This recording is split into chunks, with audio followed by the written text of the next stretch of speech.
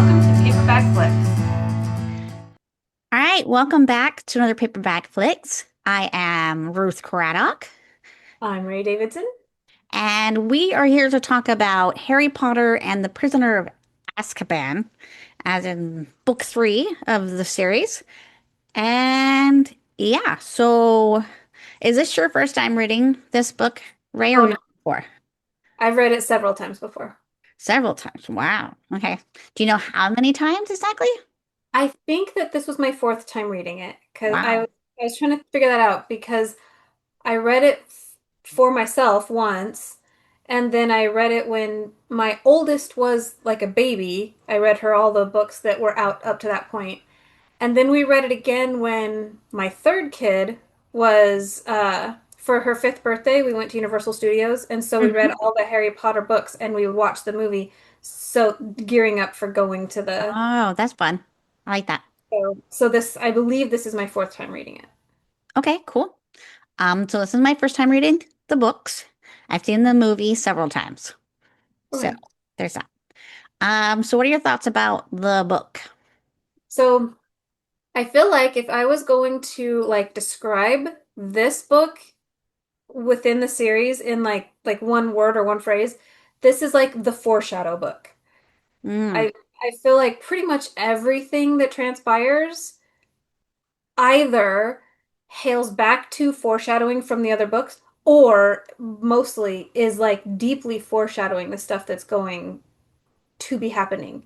mm-hmm. Like even like little things that aren't part of the main story because we all know that Harry Potter versus Voldemort. Duh. Like everything has to do with that within the story. However, there's quite a lot like um um Cedric Diggory and also Cho Chang. Like we are introduced to those characters in this book. They don't matter yet, but they will, Yeah. and you don't even know it. You know what I mean? Like different things like that that I feel like are just foreshadowed all the way through, Mm-hmm. and you don't even pick it up necessarily the first time you go through it. Yeah. Yeah. Like if I hadn't watched the movie, I wouldn't have realized those characters mattered because they talk about other characters, people in other teams or other like because Cedric Diggory and Chow are both on the is it Ravenclaw team? So he's Hufflepuff, she's Ravenclaw. I thought they were on the same. Okay, never mind. I thought Oh, they were on the same Quidditch team, but I guess I'm wrong. Okay, maybe, or maybe they're I'm both wrong. Quidditch players. Yes, I Okay, know he's got it. Hufflepuff for sure. I guess I don't remember Cho. So wasn't Cho also a seeker? Yes. Yeah. Yes. So I thought that I remember that being that she was a seeker. Yeah. Okay. So, anyways, yeah, if I hadn't already known from the movies that they were significant, like they would just seem like other two characters just in the background because Yeah. they do mention other characters that you don't really see all that often. You just they're just putting around, so it not necessary wouldn't necessarily be obvious that those were going to be important in a future book if you didn't already know. Right. But it is nice that they're there and they've already established that kind of a little sense of who they are. So like I'm looking forward to when I do read the fourth book, like how they're going to develop and become more interesting and more like bigger characters in the next book. Right. That's gonna Yeah. be that's gonna be cool. I didn't realize that they were mentioned in a previous book Right. because you don't see them in the movie in the franchise. So Well, and like other little elements too, like those are ones just caught my attention because even though I have read it several times, every time I read something, I get new things from it, and that was one of the things I'm Mhm. like, oh, they were already introduced. But like things like Harry's dad having the friends that he has and then going to school with Snape, and every once in a while Lily is kind of thrown in there, but she's not really very important to the boys' story about the boy about being boys. You know what I mean? Mhm. However, um there's like kind of that like why did Snape hate you guys so much? And what was it really just like he wanted to be your bud and you didn't want him in? Like why was there so much animosity? Mhm. And there's kind of that hint that, like, dudes, there's something more. Like, you were dumb boys, you didn't get it. You didn't understand. yeah, he was in love with Lily. Yeah. Spoiler, sorry. And, Lily saw the good in everyone. And that's the kind of thing that I don't know if the other books are going to ever talk about. But it would be interesting to actually see, well, what did Lily see in James that he didn't show to Snape? Why did Snape and James not get along? Like, Yeah, why did they rub each other the wrong way? Besides the fact that Lily had a, like, obviously like James, or I think Snape obviously knew she liked him or had a feeling she liked him. Or did he just not like him before Lily started liking him? right. Like, as interesting questions, it would be nice to get answers for, but I don't know if the other books ever hint on these things or not. I don't know. But, anyways, um, yes. So I want to know for someone who hasn't read it before, did you had seen the movie when Uh-huh. you were reading the book, did you feel like okay, first of all, you had seen the movie previously, Yes. but for this podcast, did you read first and then watch? Yes. I read first and then watched it again. Okay. So then was there did it feel like there was a huge difference when you were reading it? Did you feel a big difference between what you remembered from the movie from before and reading it now? Not really. There's a few key things that they didn't do in the movie that I was like, huh, that would have been kind of nice to have that, but it doesn't change things that much. It's just nice little details, Mhm. or like they just turn things around just a little bit. But for the most part, it felt pretty darn close. Like I had, when I announced we were going to do this next, um, on my Facebook or wherever, one of the social media places that I post things. I'm assuming it's Facebook. Anyways, I had somebody say, "Oh, I might need to watch this episode because that's my favorite book, but I hate this movie." And I was like, "Oh, interesting, because this is my favorite movie in the franchise." So I was like, "Huh." So we'll have to see how I feel. And right now, I'm kind of at a loss why they would hate the movie so much because I didn't think it was bad, even after having read the book just barely and then watched the movie right after. Yeah, there's some differences, but it's not so different that I can understand having like bad feelings towards it, you know? So I don't know. How did you feel about it? Well, because so I did watch the movie. I watched the movie a lot before I had seen. I've told the story before, but first of all, I worked at the movie theater when I'm trying to remember if it was all three of the first ones or if it was just two of the I don't remember if it was all three of the first movies or if it was just number two and number three. But I worked at the movie theater, and so there was a lot of Harry Potter in my life at that time. And and then also when I was pregnant with my oldest daughter, she's born Halloween, not Halloween. She's born October 24th, so basically Okay. Halloween. Close But I enough. was in the hospital for the entire month of October. Oh yeah. And um they only have like a few channels that are available on the TV, and I was by myself most of the time, and I wasn't going to call the nurse in to keep like, "Oh, can you put the next DVD in?" or whatever. Like that was not a thing I was going to do. Yeah. And so I was watching at the time it was called ABC Family, whatever Mm-hmm. channel that is now. And because it Freeform or was something else. yeah, because it was gearing up to Halloween, every single day they played the first three Harry Potters, and then the fourth one was just coming out right around Halloween. Yeah. Okay. And so almost every single day, like 20-ish out of the 30 days that I was there, I watched the first three Harry Potters. And so my kid, when she's born, like that Listening to music it. would soothe her. We would just put it on repeat. We just got the soundtrack or I don't know if it was the soundtrack or the movie. We might have just played the movie. Mm-hmm. And like the DVD, when it comes up and it's the play screen, whatever that is, The menu. Yeah. the menu, yeah. And it would play the Harry Potter music. And my kid was content as long as that music was playing. Like it was weird. Hmm. And so I saw Sweet. that movie a lot. And so, but then I had a huge gap of time, and then the last time I saw it was nearly a decade ago. So I've had these huge gaps in time. Okay. And when I would read versus when I would watch the movie, the book, it feels like it has a lot more in it. They get really into Quidditch. Oliver Wood matters a lot in this one. It's like that's like Hmm. a big deal, like the whole Yeah. Quidditch match stuff going on. Hmm. Um, Harry has something like I was going to count them and then I forgot to write down how many it was. But I think it's like eight, seven or eight different conversations that are all condensed down into like one or maybe two conversations in the movie. Like just a bunch of different interactions that are all either compressed, like compile, like yeah, compressed. That's what I meant to say, Hmm. or they just kind of had to eliminate it. Like Ron and Hermione fighting, that was also a huge part of the book. Yeah. It took over everything, which is life when you're 13 years old. Yeah. Your friends have It a went fight. on a lot longer in like the book than the movie. Like the book made it seem like that was the end of their friendship. That was the end of everything, and like they were Right. completely at odds with each other. Yeah.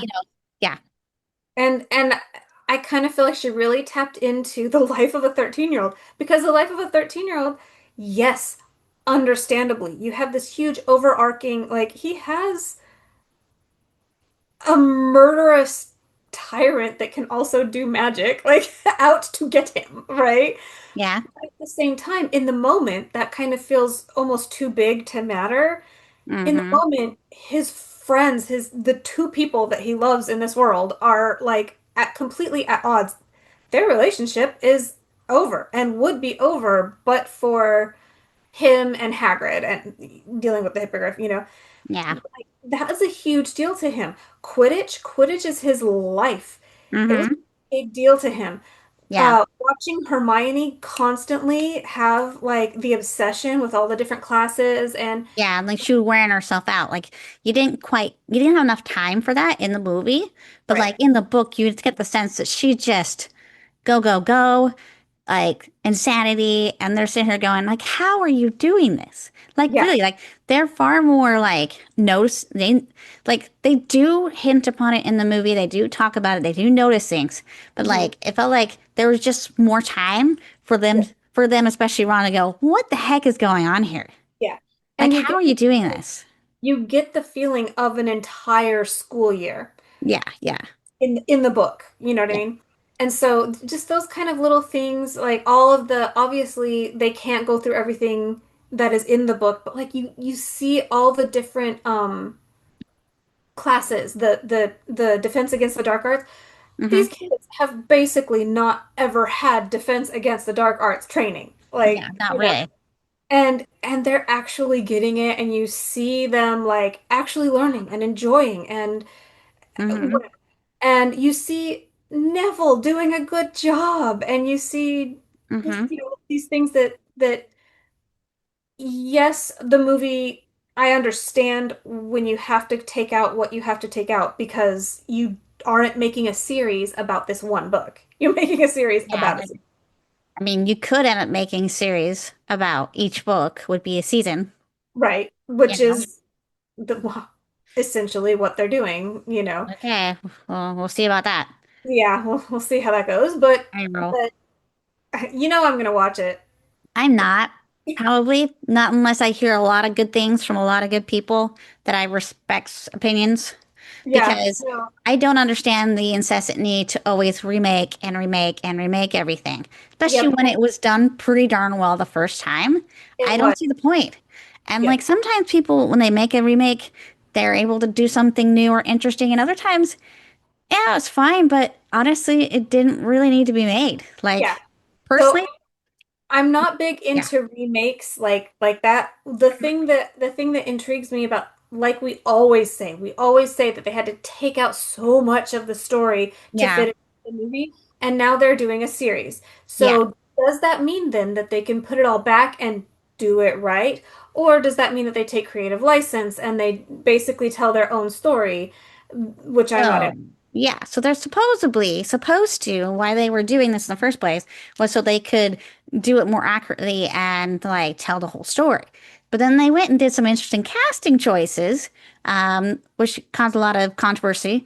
which Right. then made it seem like they weren't really after telling the real story because they were completely changing the dynamic of everything Right. by making Professor Snape the only black guy. Right. So then suddenly it changes it from being just a weird relationship between Harry and Professor Snape to Harry and the only Harry being suspicious against his only black teacher. Suddenly it Right. turns into a race thing, and it's like, okay, we this story doesn't need that. There's enough going on here without putting race into it. And like, why? Why are we race swapping Snape? Like, Right. wait, Well, if the and whole cast was black, then that'd be different. That'd be weird because again, that's not how it was in the book. And if you're saying that you're trying to do the book right, it doesn't make sense to change genders and races of characters if you're correct. trying to stay true to the book. Correct. But it would And make more sense if multiple people were also black and it wasn't just Snape, but having that be like the main guy he's most suspicious of and has a weird relationship with is the only black guy, it just changes the whole tone. And it's an odd choice. it makes it's unnecessarily um divisive. So Yeah, divisive. yeah. So like who knows? We'll see if that what they ended up doing. I've heard different things that they're not gonna go with him and gonna go with somebody else, and then I've heard other things they're like maybe they still will. I don't know. Yeah. Like I know that J.K. Rowling wasn't happy about it. And again, as an author and a purist and somebody who totally respects the source material, if it was my book and they did that to me, I would murder them. I Yeah, would murder them. that is the one thing. If Rowling was like steadfastly like this is not my Harry Potter, then I would be like, okay, then I don't need it. Something that I've noticed that she does though is that she will sometimes be like, here we are 20 years later, and she'll be like, oh, well, that was in reference to AIDS or that was this thing. And you're like, I'm Okay. sorry, what?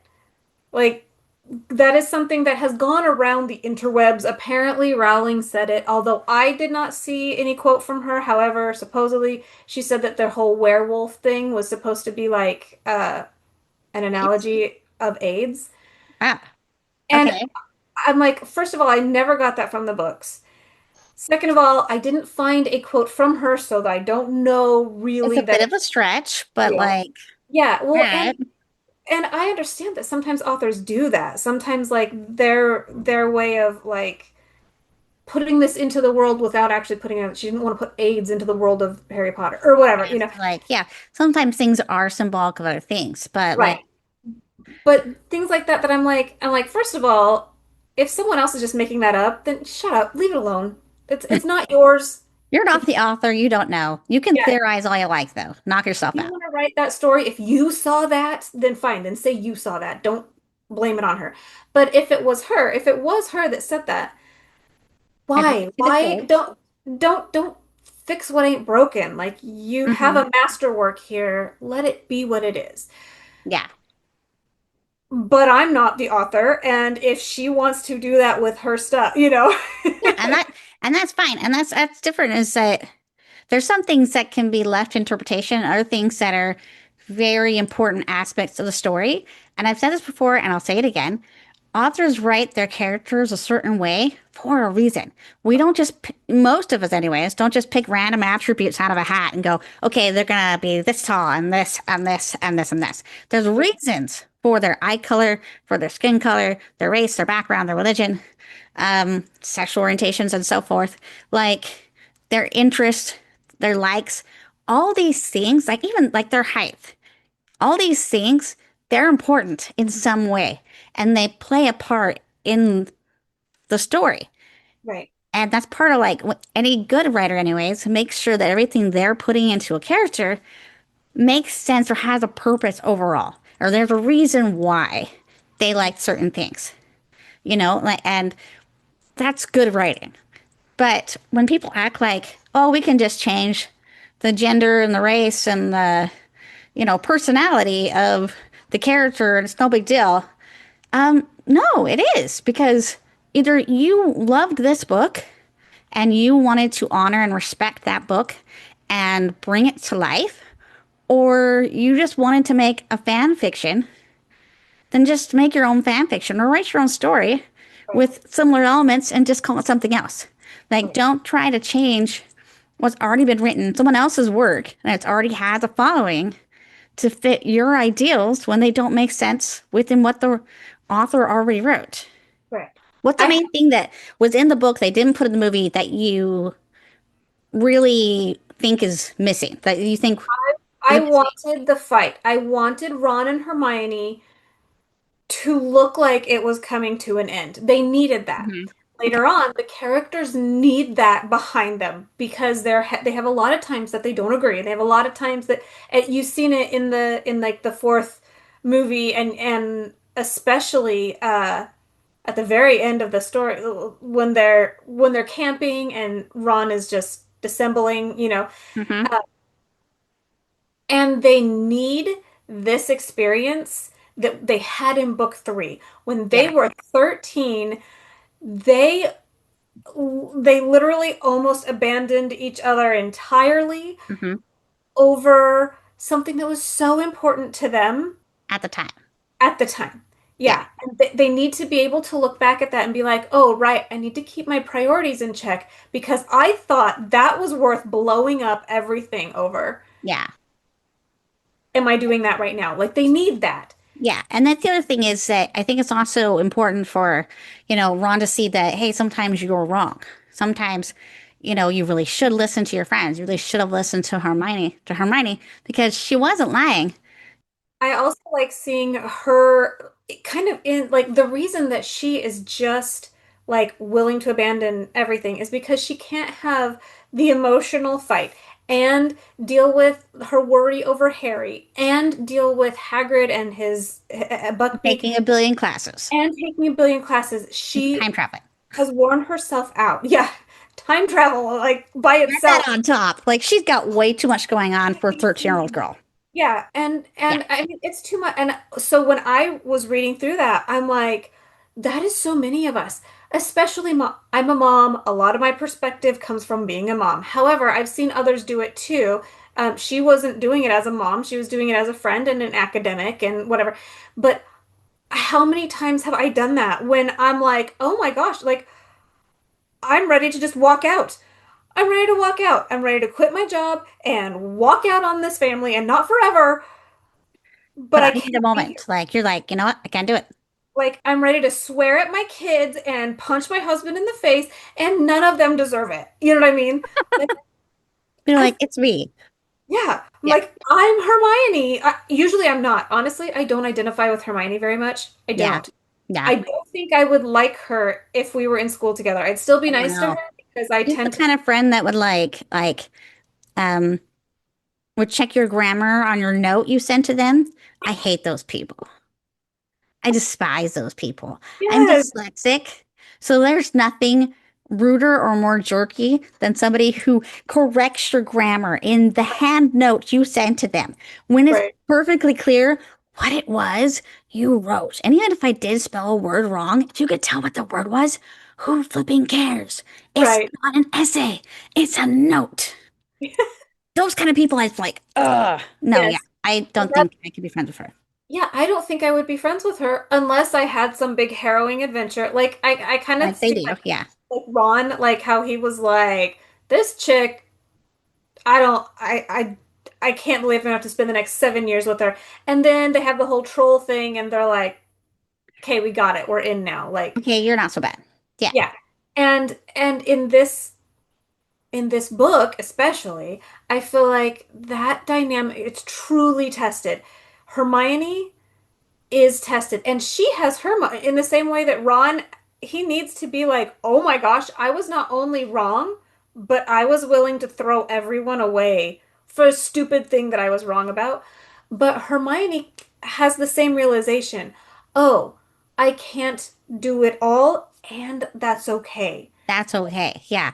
And I think you do kind of miss that in the movie with her not being like, you know what, yeah, I'm gonna drop all those extra courses. I don't need to do this. Yeah, Like, that's a big thing for Hermione to do. right. That's a huge admission for her to be like, you know what? I don't need to be Wonder Woman. And also, like in the book, they do a really good job of like showing that she does have limitations. She isn't good at divination, not just because the teacher doesn't like her, but because she doesn't have that kind of instinctive talent for that kind of thing. She's a Hmm. very logical kind of talent. So when it's things that are logical and that makes sense and are precise, she's good at it. But when it's something that's more instinctive, like say even flying, remember, like Harry is a natural flyer. Harry has natural instincts for certain things. So like that kind of stuff, it makes sense that a different personality would be better at different types of magic or different types of things that they would just naturally be better at. Right. And so it makes a lot of sense to me that although it seems funny that she doesn't really believe in divination and telling the future and stuff, but she's playing with time travel. Right. That's interesting. Um, but it does make sense at the same time that she wouldn't have patience for that kind of thing Yeah. because it's not exact. It's not exact science. It's not something she can just read or like look up in a book and then memorize. It's something she has to like let go and be Yeah. loose and allow to happen. And that's something that she has to learn. Yep. So, yeah, there's a lot of interesting things like character development wise for Ron and Hermione in this book Hmm. that you don't get as much in the movie. They're there, but just so subtle because you have to shove everything down. Yeah. But you do kind of lose some of those more subtle things going Yeah. on. While I was reading the book, I kept wanting someone. I figured it would be Hermione, and I genuinely thought it was in the book, and I got all the way through the end, and it wasn't. But when Harry sees his dad, maybe that's why I thought it was Hermione, because he tells Hermione, I saw my dad. He Hmm. came, he cast the Patronus, and she's like, Harry, he's dead. And everybody keeps saying, Dumbledore's like, well, he's gone, and everybody keeps saying, I know he's dead. Peter Pettigrew was dead until 8 seconds ago. We Yeah. all knew he was So dead, you're like, you know. yes, Peter Pettigrew is still alive. Yeah, he was dead until he suddenly wasn't. Yeah. Azkaban was inescapable until it Until it wasn't. wasn't. Yeah, Like, exactly. if there's one thing that we have learned in this book, it is that things are not what they seem. Yeah. You don't know what you don't know. Hmm. And so for them to all just be like, "Oh, but your dad's dead." So obviously that couldn't be it. Like, of course it could. Of course that's why Harry was like, "I Oh, saw my wait. dad, dudes." You know? Yeah, and like as far as he was concerned, he did. But I like in the book, they do touch more on why it's important not to see yourself when you're time traveling. How it's, could potentially make you go crazy, like you lose your mind or whatever. And, the nice thing was that Harry did see himself, but he saw himself as his dad. That's how Right. his mind reasoned it. And plus, he's in distress. He's a little out of it. He's getting his soul sucked, so he's not entirely there, but Yeah. it makes sense that in his mind he would rationalize it that way. Even though he knows his dad is dead, it still makes more sense than seeing himself Right. do that, you know? Right. And he's just And seen a yeah, series of impossible things. Sirius Black is good. His teacher is a werewolf. Pettigrew's still alive. all And sorts now of I'm crazy getting my stuff going soul on. sucked out, like Yeah, all of these impossible things, all in the matter of like less than 3 hours. Actually, it yeah. was all in the last hour that everything happened. Hmm. So sure, yeah, he saw his dad as his soul got sucked out. That actually tracks, It makes like perfect sense. Yes. So one of the things that I didn't realize from watching the movies that I got from the book was that not only is Sirius Black and Peter Pettigrew and Animagus, in Vegas. saying it right, so was Harry's dad, which is Hmm. never actually fully touched upon in the movies, from what I remember. You're Like I right.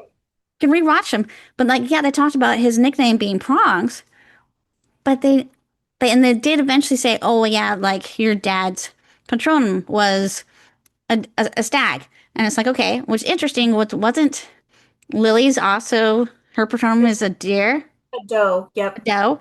So it's like, was that coincidental or is that like No. destiny? So again, yeah, you'll read about it in the books if you read forward in the books. They do explain Patronus and Why they take the shapes they do? Yeah, why they take the shapes they do and what it takes for them to change because they are a representation of your soul. And Yeah. so Okay. So like a spirit animal. so I don't know if they talk about it. I don't remember the movies. I don't think they touch on it in the movies. But if you have seen the movies, then you know why it matters so very much that she is a doe. And do you know what I'm talking about? Am I just totally spoiling everything? No, no, I think I know what you're talking about, but In regards to James, he was the stag, she's the doe, Sirius, Snape, and his Patronus, like yeah. yeah, and so it all matters, right? But Yeah. you don't get the sense from the movie that you get out of the book. Out of the book, you realize like they really dive deep into this. It mattered. hmm Um, but oh, that does remind me, you're right. I think in the movie, I don't even think his Patronus takes the form of a stag, or maybe it does briefly. It does, but like, It's mostly yeah. the like whoa, whoa, Yeah, whoa. like you see it for a minute and you see there's somebody standing behind it. It's like it's not as Right, obvious in this one that right. it's a But stag. in the book, so I don't remember being a crier. Like as a kid, as a young adult, as a even a young mother, like I didn't get super emotional at things.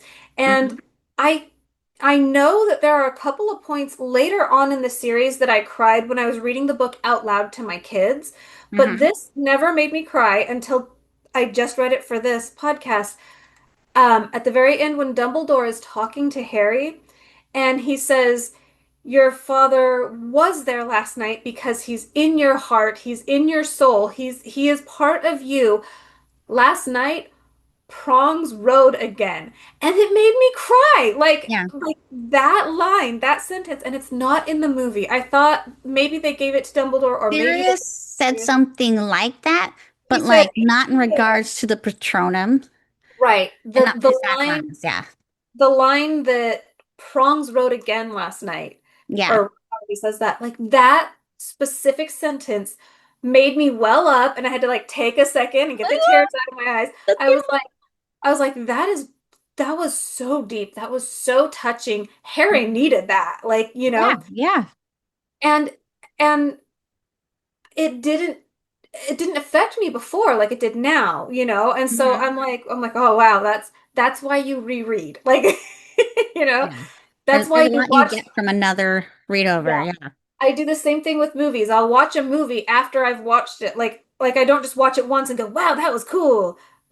I like to watch them again and be like, oh, now I see it. Like Because I I didn't notice that the first time. Yeah. yeah. That's fun because a lot like good movies, they will have little like hints to things, just Mhm. like books do. Where Yep. like they'll just have them there, and if you're paying attention, you'll find it. Or in the second, third, or fourth time, you'll be like, "Oh, I never noticed that before, but that was there this whole time. How Yep. cool was that?" Another thing, I feel like yes, it would have been fun to have all the Quidditch things. I did enjoy the Oliver things going on. Were pretty awesome. Um, and they were fun, but I understand why they condensed Yeah. it. I also do think it was kind of fun having the attack at the Quidditch game actually be Malfoy and his friends pretending to be Dementors. Thought Yeah. that was pretty cool in the book, and I was like, yeah, I can see why they changed it. Yeah. Well, But he has both experiences. He has an experience with the Dementor, but then yeah, he also has the experience with Malfoy. Oh my gosh, I love that one. hmm Um, he produces a stag at that time too. yeah, Which you don't even know for sure until the end when Dumbledore says, "I saw on the field," you yeah, know. yeah. He's like, oh, interesting. Yeah.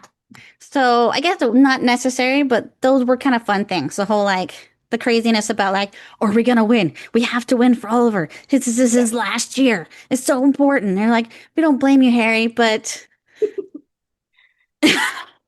Yeah. Don't worry, I don't blame you. yes. At the same time, the whole thing with like the broom, like he didn't get the broom replacement till the end, and that's fine. That works fine in the movie. But then Right. it was interesting in the book having it be like, I got a new broom. I got the nicest broom ever, Yeah. but I'm not getting to use it Yeah. because And everyone's worried about. it being jinxed or something, which is a valid point and a valid concern, especially when they didn't know at that point who it was from. Right. And they didn't know that who it was from wasn't against him. And I do love how Hermione at the end, she's like, "See, I told you it was from Sirius." But Yeah. that was another part of that whole argument back and forth. Like Hermione knew she was right. She knew she was right. She knew Yeah. she But was she kind of betrayed them in that she told the truth. right.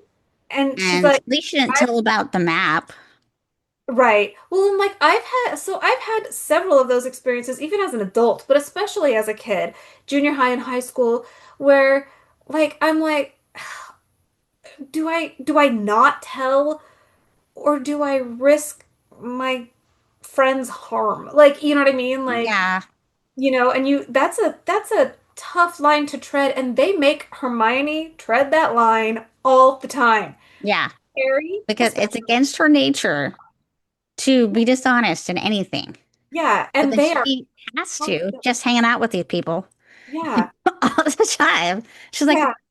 I wonder if there's a point in somewhere where she's like, maybe I don't want to be friends with Ron and Harry. Maybe life would just be easier if I just found more, simplistic friends. They just get in too much trouble. Too much. Yeah. They're too much work.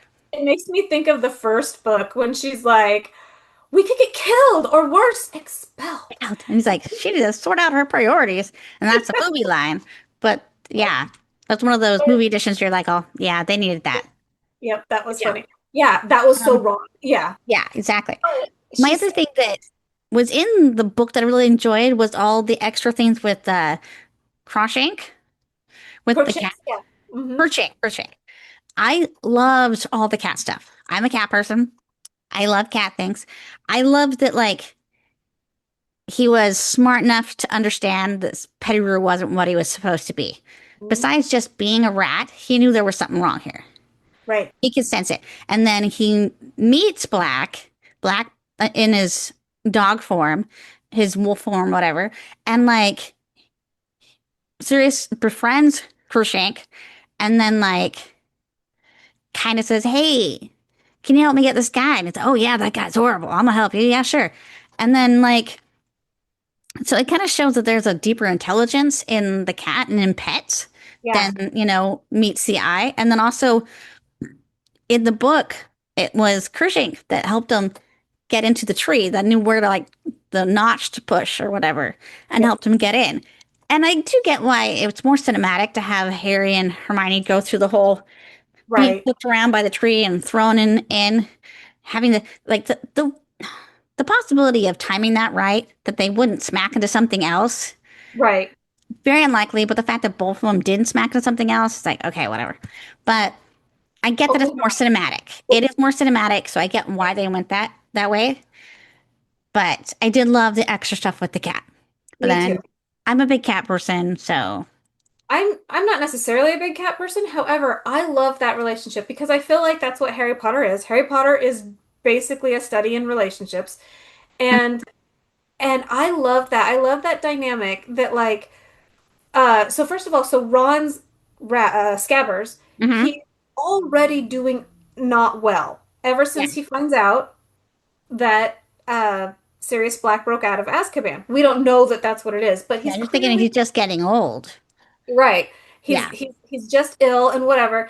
And they take him in. So there's a point in the book um where they're like, "Man, your rat is looking awful," and Ron is like, "Of course he is, because Crookshanks is always, Chasing after him, yeah. and Harry has this moment where he's like, "No, that's not right, because we met Crookshanks because you had to take him into the vet, essentially, to Yeah, so the he was already not well before, right? And that's where she got Kershank. right." But he was already sick before they came in. Yep. So it's like, huh, yeah. Yeah. And I And do love that she was like, it's this really ugly, like horrendous cat. And she's like, oh, but he's a sweetheart. And I'm like, yeah, that kind of sounds like Hermione, that she would love something that nobody else would love. And I'm not a big fan of those type of cats, like the purebred smush face kitties. But Mhm. like, I can understand loving an animal or loving something that everybody else thinks is ugly or weird. I can Yeah. get. So that actually makes me like Hermione more. Yeah. Well, and I also liked at the end, at the very end of the book, I think it like is on the train home. Um, how Sirius has sent the little tiny owl, the owl that you can hold in your Oh yeah. hands. Mm-hmm. And he sends this little owl, and like, so the owl is fluttering around in their train compartment, Mm-hmm. and Crookshanks is like watching it. And so Ron snatches it and is like keeping it, don't let that cat get it, you know. Yeah. But then when they read the PS and it's like, Ron can have that owl since I kind of cost him his rat, you know. Yeah. And so he like looks at the owl for a second and then he gives it to Crookshanks. And he's like, "What do you think? Are we okay with this guy?" Is You this know? guy all right? And like that moment of like not Yeah. only for Crookshanks, but for Hermione. Like Oh, yeah. I'm like, I don't know, but I have decided in my head that's the moment Hermione fell in love with Ron, even if she doesn't know it yet. Yeah. Like, Well, that's also like the moment where like he starts to kind of he's turning a corner. He's starting to grow up and mature a little. And the right, fact that he's able to realize, hey, yes, I don't like the cat, but it was right about Scouters. And it didn't kill him, and I was wrong to put a pet over a friend. right. And, yeah, there's a lot of little like nuances, a lot of growth that happens in this book. And it is interesting to think because later on in the movies, anyways, they get together as a couple, Mhm. that it's interesting for them to have this moment because having this, it kind of leaves room for them to kind of grow up and come Right. closer to each other because they've gone through this. Yep. So I think interesting. I They did think do like cute little things in the movie where it's like she grabbed his hand when she thought Harry was gonna get hurt by Buckbeak. which none of And that's in the book. Like not any of it is in the book. I know, but the cute little things to be like, Yeah. So as much as I said like this book would be called the Foreshadow book, I feel mm-hmm, like the movie is also the Foreshadow book or the Foreshadow movie, but about totally different things. Like yeah, mm-hmm, all of the things that they foreshadow in the movie, like may not even be real things. It might be headcanon. Johnny accused me of headcanon before in one of the other podcasts that we did with him, and I'm right, like, that's accurate. I do that a lot where I'm like, ooh, maybe it has nothing to do with Hermione. Maybe that's the moment I fell in love with Ron was maybe, when he handed the bird over to the to the yeah. cat. That was a pretty cute moment. Yeah. So yeah, that's the book. Is there anything else you want to talk about the book before we go into the movie? No, just like I said before, I think it's worth rereading. Like, read the book, know the book, but I think once you know everything else, once you've gotten through to the, you will get so much more out of it by reading it again or hailing back to it. Yeah.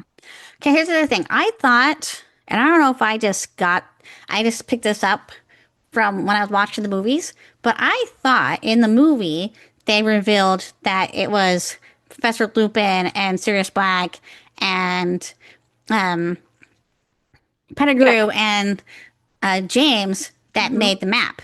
hmm But I watched again and they didn't say at any point that they No, made the map. not in Like the, he knew not the in, words.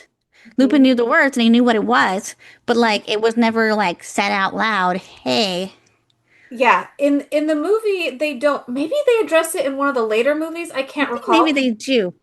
But yeah, in the book, they make it very clear and apparent that like Oh yeah, that's they are Mooney, Wormtail, Padfoot, and Prongs. I was gonna say I really liked that the two heroes, the two like leaders of the group, the best buds, they don't get talk billing in that. Like I like that they did that.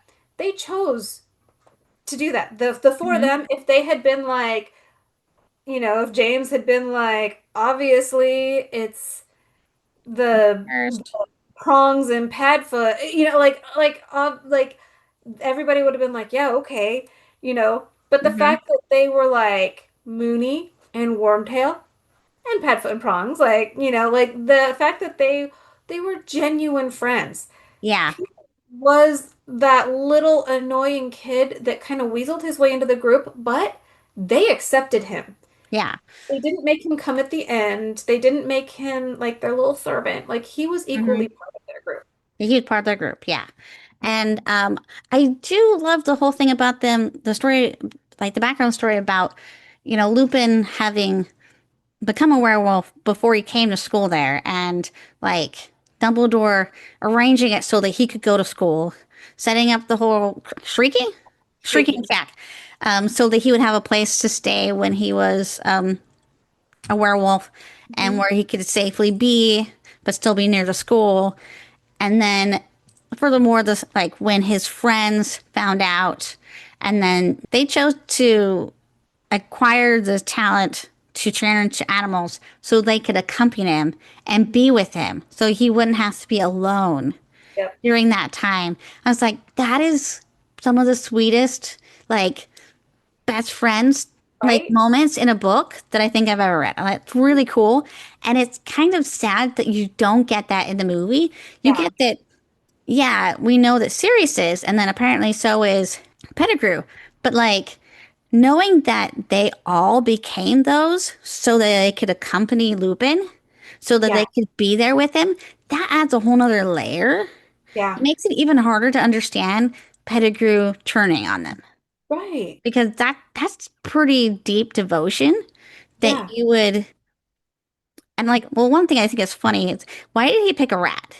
The animal chooses you, you don't choose the animal, or Kind of, but they also were talking about how like they were real Sirius and James were some of the best students of their year. Like they were really good at what they did.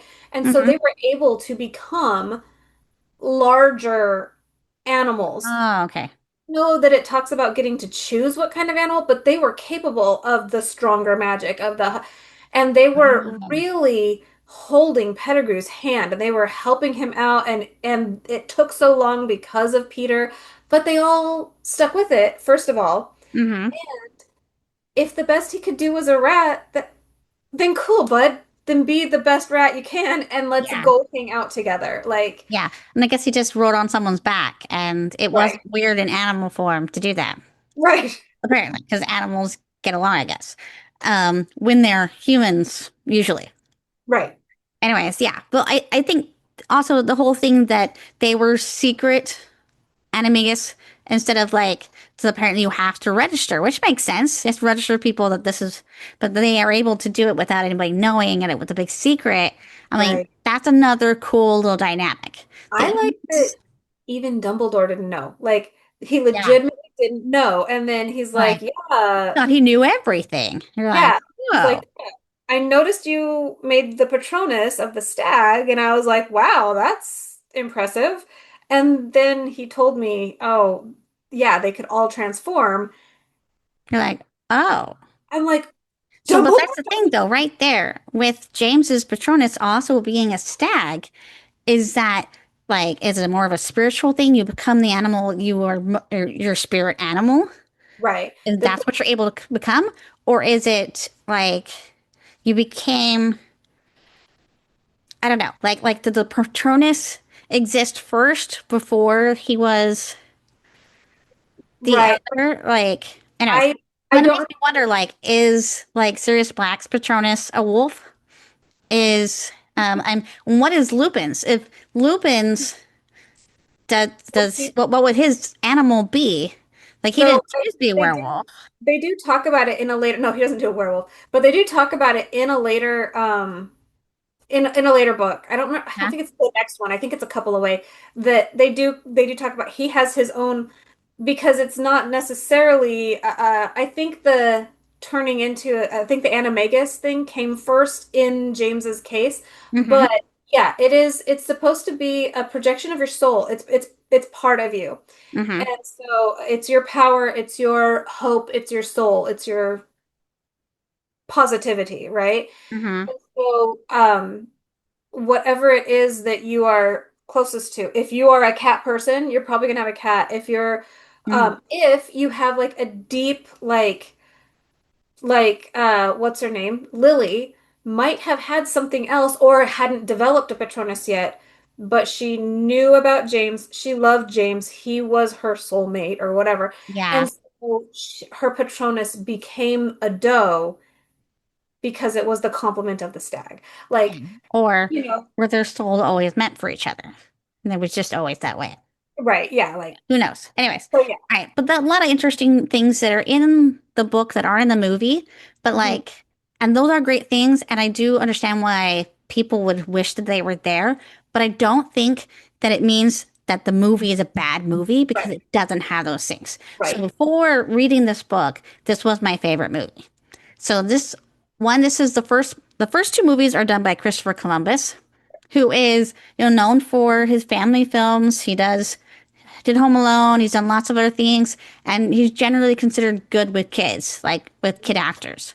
But then this movie was a different director, and we're gonna put their name up here, and you can see there's a shift and there's a change, Mhm. and like this movie felt more serious. Like the stakes got higher, things got more intense, everybody got a little more mature, and like it just felt like a darker. This felt like more like Right. almost like an Oscar worthy kind of movie. And then you Yeah. had Gary Oldman as Sirius Black. So again, they have some great actors that they have cast to play these parts. You have Alan Rickman as Snape's, and he's been here this whole time. And you're like, they did a great job of getting the best actors they could to Yes. play these adult parts, and then they help these kids kind of grow into their talent and become the actors they are now. But like these kids, these three in particular, Daniel, Rupert, and Emma, they're really quite fortunate that they got to sit at the feet of these Yeah. excellent masters of acting and the craft. And that was their school of acting. That was their Right. introduction. And that's amazing. That they're really quite fortunate they got to experience that. At the same time, that seemed also quite intimidating. Um, but they were, pretty young when they started doing this. So maybe it wasn't as intimidating because they were like super aware of how amazing these people were before. But anyway, Well, so I know in some cases they were. So, oh my gosh, so many things I suddenly want to say. Okay, so um yes, this movie and this book is really dark. This book has almost no high points, and then the one high point they give you, Harry can move in with um serious? Yeah. they An hour immediately of joy. they like use it to hurt you. You know what I mean? Ah, And that's on purpose. Like this book is the Dementor's book. It is sucking all of the joy all of the time, riddled with anxiety. Everybody is fighting. Nobody trusts anything, yeah. including themselves. And like just everything is awful all the time. Harry's Every worried that there's something out to get him the whole time, that right. Grimm's after him or Sirius Yeah, Black or, yeah, Grimm and Trelawney predicting his death and over like yeah. everything is awful. And so the director, he first of all had never read the books.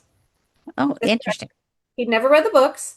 And the reason that purists don't like the direction that the movie took is because he never read the books. He read the script and talked to the people about their characters or what has happened before or what's happened in the movies Hmm. because a lot of the other actors had read the books or were reading the books. Yeah. And so he's like, okay, so what do you think this way?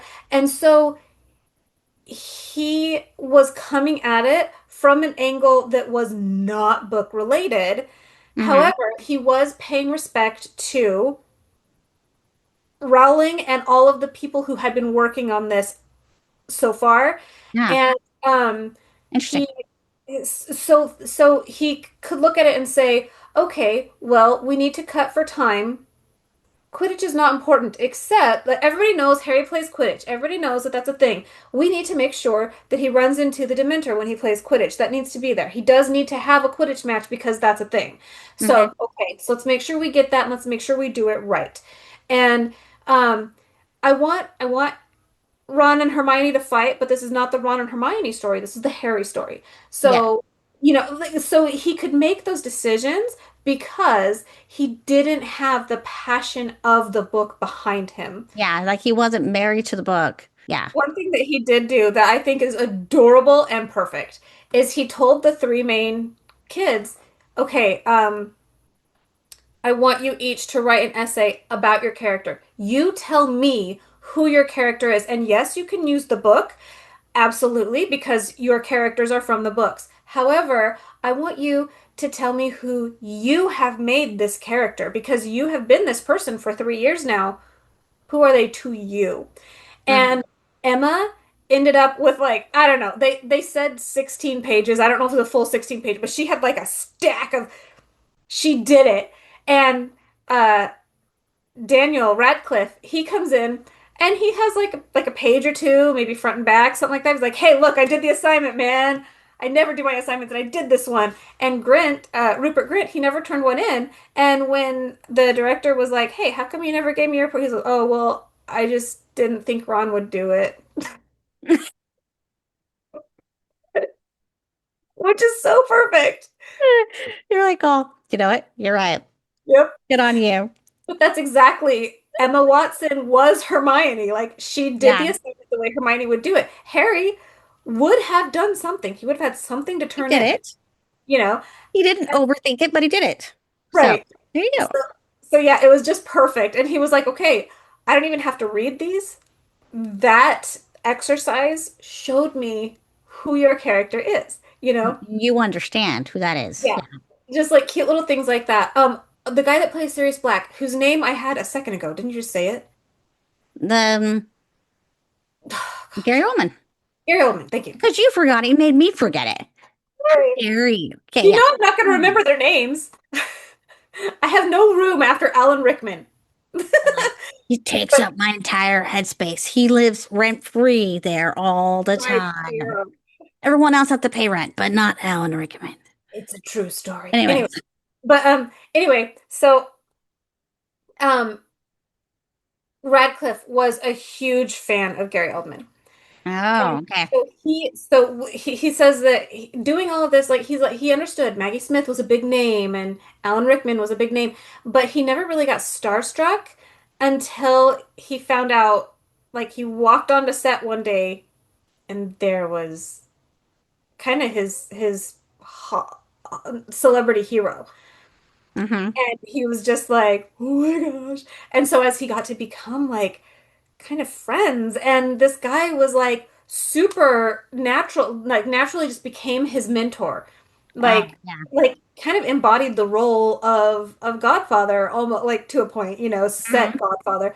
But like Radcliffe was like, this is it. This is the kill me now, I'm done. Like Yeah, like, I have hit the pinnacle of my experience. And so in at least a few cases, um, they knew they were dealing with cinema royalty.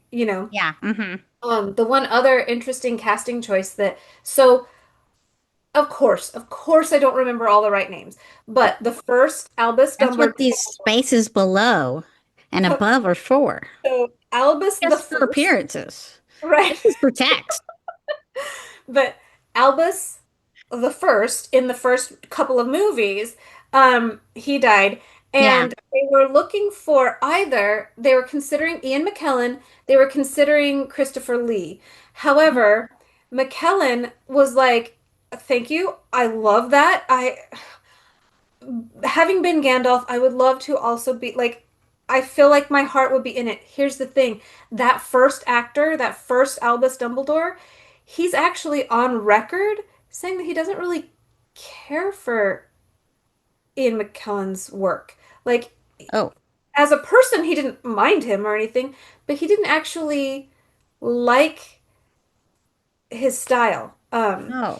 Ian McKellen's Okay. style. And Interesting. so and so he's like, I feel like out of respect for him, I shouldn't take his role. Yeah.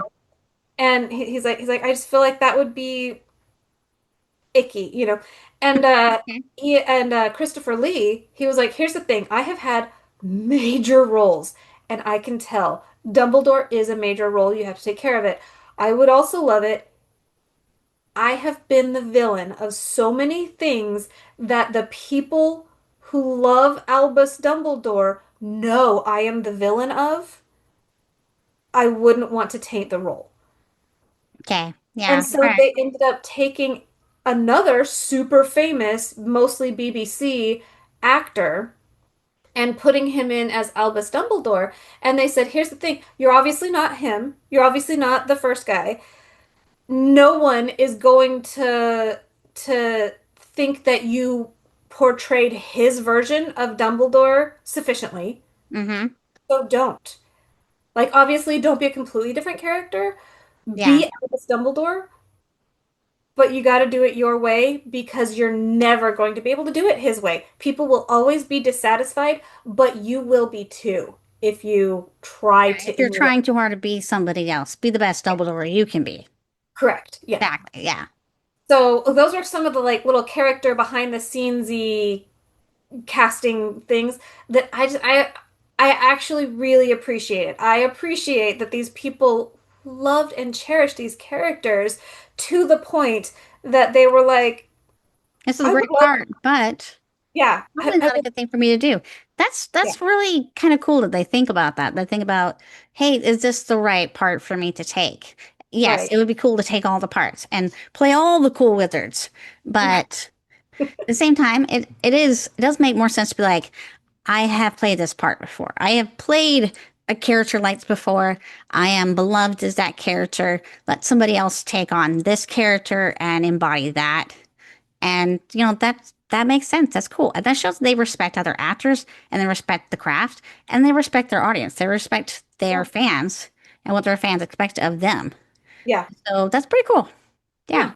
that's neat. Okay, so anything else you want to say about the movie?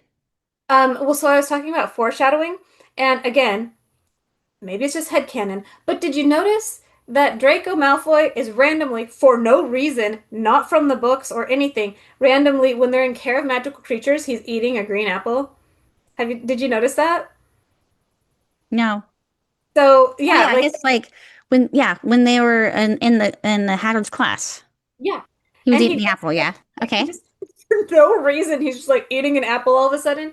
And then later, um, as you will know from the movies, um, he's working on a vanishing cabinet and he has the apple that he puts the apple in the cabinet and it comes back with a Mm. bite taken out of it. And I saw that and I was like, "Oh, interesting. Why would they for no reason have that?" But they did have little inklings Alan Rickman was told, like he was like trying to get a Mhm. grip on who his character. He's like, am I a good guy? Am I a bad guy?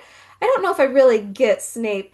And so Rowling had pulled him aside and told Told him him everything. Yeah. everything, and told him the always like Yeah. like The whole and backstory. Yeah. so Yeah. he knew his purpose. And she did kind of the same thing. She sat down with Emma Watson apparently a couple of times, but especially there was one time that she was like I need to know that you can do Hermione because Hermione could very easily have just been obnoxious. Yeah. Yeah. And she's like, I need people to love Hermione for these reasons. Despite her flaws, Yeah, and so maybe because of them. I need to know that you can show that. Yeah. And so she like sat down and actually like ta and she did it with several of the actors or whatever. But there was a couple of times when uh Tom Draco Malfoy. Yeah. Tom. Tom Um, Fenton. yeah, thank you. Yeah. But he was kind of like, man, I'm just a jerk. Like I'm just a shallow two-dimensional like what is even the point of me? I'm not really a villain. I'm just an agitator.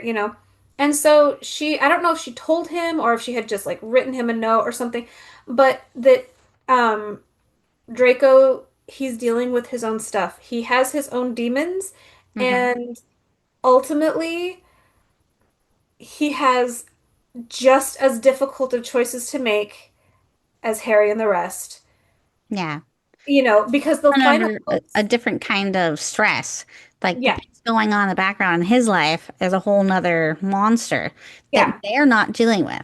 So yeah, and it's easy to be like, oh, Draco's just a jerk. But you're like, do you even understand what his like when you meet his dad in the second one, you're like, whoa, yeah, this explains so much about Draco right off the Yeah. bat. And I love, I'm gonna forget his name, uh, Jason Isaac or That whatever. plays Yeah, yes. that plays Draco's dad. Yeah. He is Oh, just so good at that party, so perfect. And I think he just, okay. I don't like, so sometimes you cast somebody so well, it's like if you do a remake, it's like, oh gosh, how can you, like, so that's Yeah. gonna be the problem with the series is that who's, no one's gonna be as good as Alan Rickman. One, he's Alan. an amazing actor, and he was Snape, he made Snape, you know? Yep. And I Maggie's. feel the same way about like Malfoy's dad and like Mhm. some of these actors, I mean, and Gary Oldman, like they became those characters. They were those characters. I don't know that I can see anybody else but Helen Bottom Carter as Beatrice Lestrange. Like Yeah. they cast so well in the movies, it almost feels like a crime and a shame to make the TV series and then like let these other actors like are they gonna fail miserably because if the bar's already been too high? Right. You know what I mean? Like, there is no other Harry to me but Daniel Radcliffe. There'll never be Right. another Ron. There'll never be another Hermione. Like, it's just, I feel like they already did it so well. And Hmm. like also hearing that the writer like took all the extra time to talk to the actors and make sure everybody understood who their characters were and put that extra effort into it. One, I love that. That's the Hmm. kind of thing I would want to do if I ever sold my stories and they became a series or TV shows or whatever. I would want to have that kind of hands-on involvement. Right. I would want that kind of care. I would want to be able to be part of that. And I'd want them to understand who these characters are. So I love that. I love knowing that because that says to me again, this is some real love and like passion was put into making these movies Hmm. and trying to like bring to life what she had put into the books and like Yeah. do their very best to make films out of them. And I think they did overall a really good job. Yeah. Like really did. Well, so one thing that I noticed this time, I don't know if I really noticed it before, but so I feel like the third movie is maybe one of the most quotable movies. There are Mm. so many. Some of them are one-liners, some of them are back and forth, some of them are like in like these touching conversations or monologues, Hmm. and most of them are not in the book, but more or less, they were all approved by Rowling. The written ones were all approved by Rowling. Some of them were ad libs, Yeah. and they were really well done, and so they kept them in or whatever, or they redid them without the laughter or whatever. But like when they're all sleeping in the sleeping bags, and Albus is like, "Oh, we'll need to tell Harry, but not tonight. Tonight he does something about how in Yeah. dreams you can Dreams. fly." Blah, blah. It's a Yeah. random weird like Dumbledorian thing to say. Right, because he felt like because the Dumbledore in the book was being very like efficient and okay, let's go check. You checked all that? Good. All right, we'll tell him in the morning. Let's go. And he was like, I understand. Like that's the Dumbledore that she wrote. However, he's like, I feel like the Dumbledore that has been created would take a moment to he knows Harry's awake. Probably all Yeah. those kids are awake. And And like so even if he doesn't, it seems like he does. Like he it just right, seems like he knows things even if he doesn't know things. Like he can right. sense something. Yeah. Well, and like I kind of do like that's the difference between when I put the kids to bed and when Scott would put the kids to bed when they were smaller, you know. And I would sing them their song and then I would quietly keep singing it as I backed out of the room. And then even though I'm pretty sure they were asleep, I'd say, "Okay, I love you, little ladies," you know. And Yeah. like I did Yeah. the whole thing. And Scott would be like, "Read a book, sing a little song. All right, go to bed." You know, like that's the difference. Yeah. And and he was funner, but I had my own way and I had my own, system. And I feel like he was right that the Dumbledore that we had come to know and love would have been like in dreams, you can, you're Yeah, free, like don't he's a have little more a mania. whimsical and like he's also sort of like even if he doesn't know for sure if Harry's awake, he's still trying to maybe he's casting a little bit of like soothing dream magic on him. Right, Have nice dreams. I right. don't worry right now. Just go to bed. And Yep. like you have enough to worry about in the waking. Just enjoy your sleep. And there are so many of those.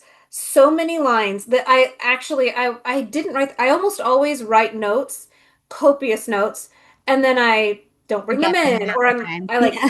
don't want to take the time to read them or whatever. However, this time I purposely didn't take notes because I was like, I don't want to be sitting here going, okay, let me get to my notes. Where's my notes? Like I Yeah. just wanted to wing it.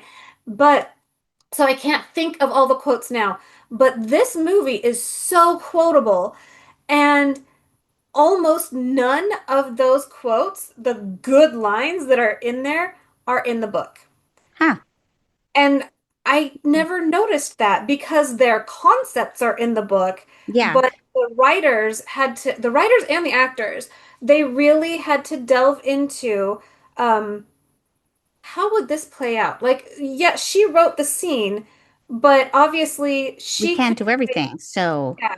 She wrote these three conversations, and if we took this line and that line and this response, it wouldn't really flow. It would feel contrived. So mhm. instead, what's the gist?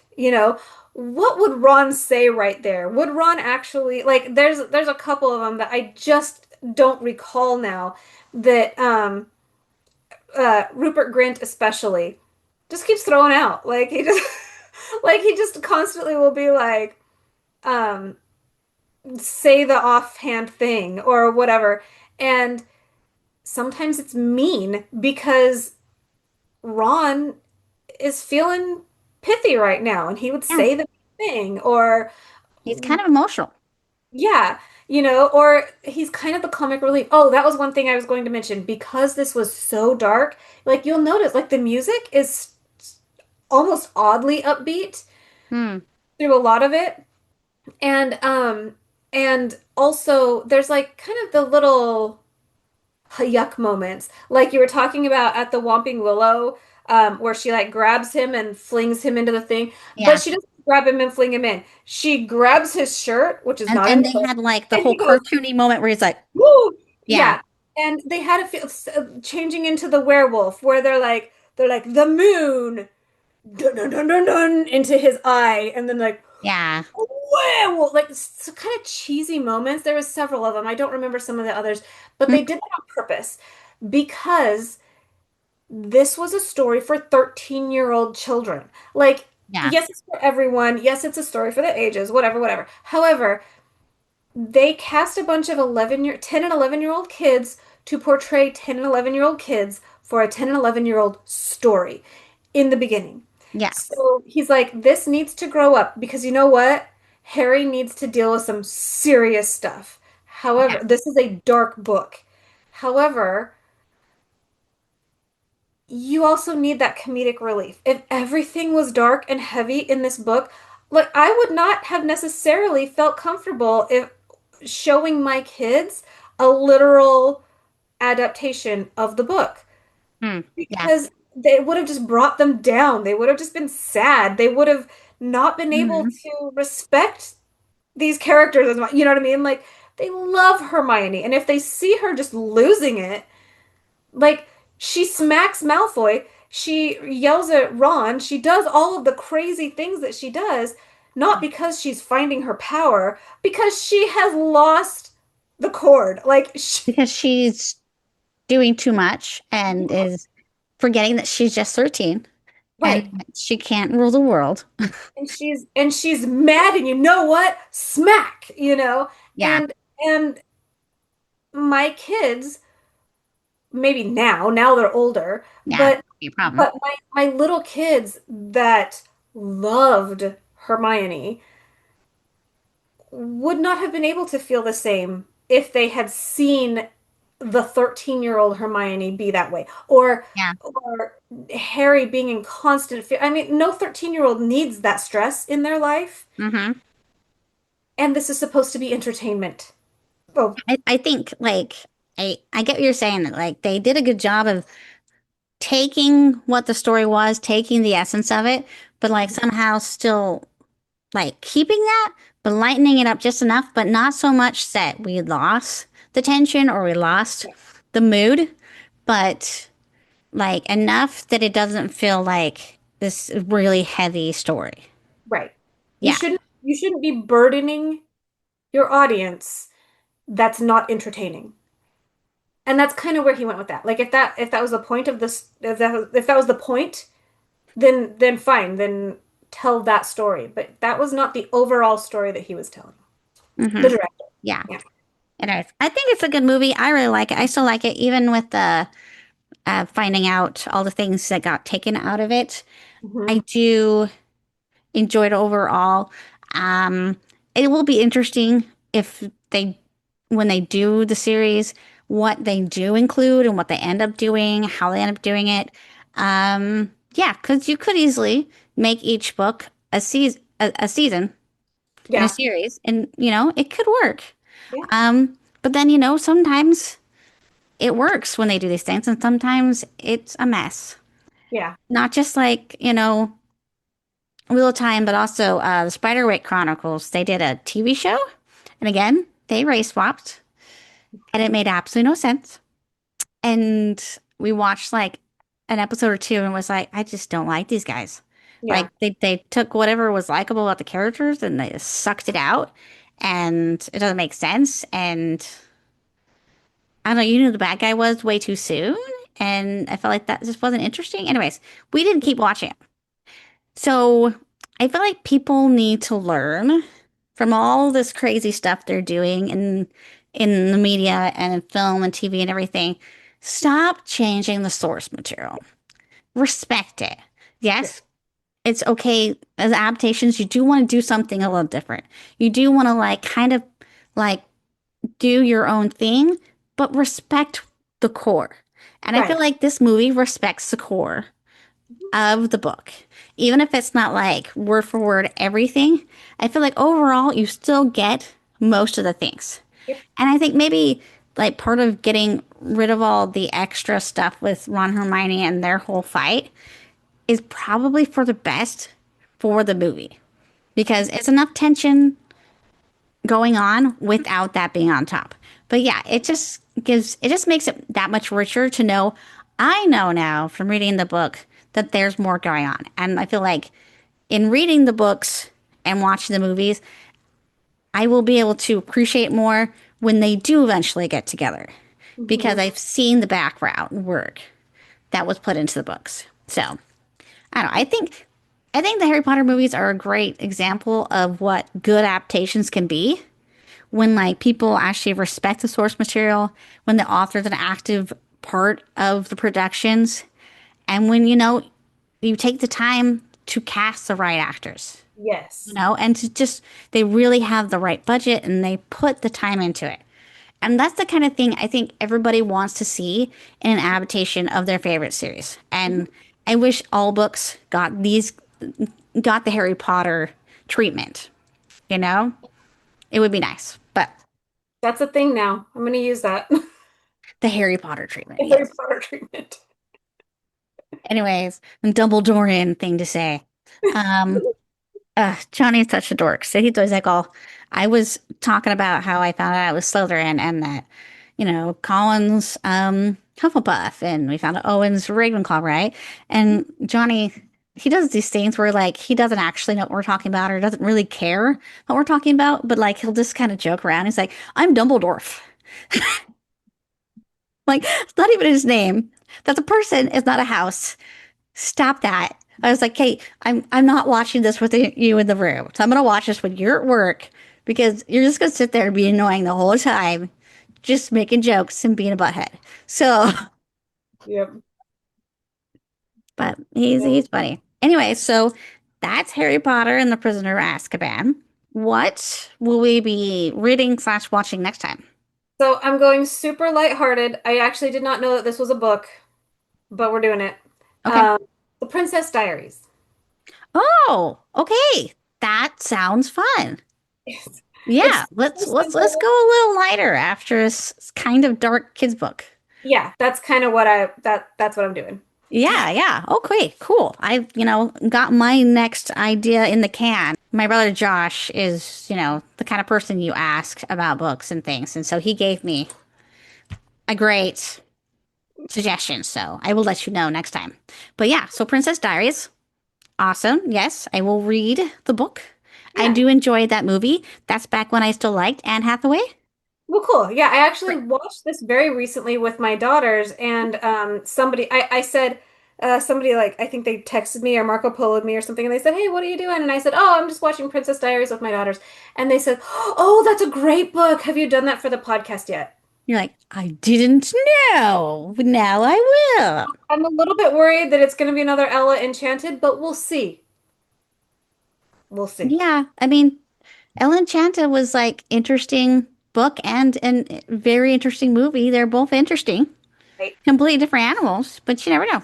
So, anyways, all right. Well, so for Paperback Flicks, I am Ruth Craddock, Very good. I'm Ray Davidson. and we will see you next time when we read slash watch The Princess Diaries. All right, thanks, guys. Bye.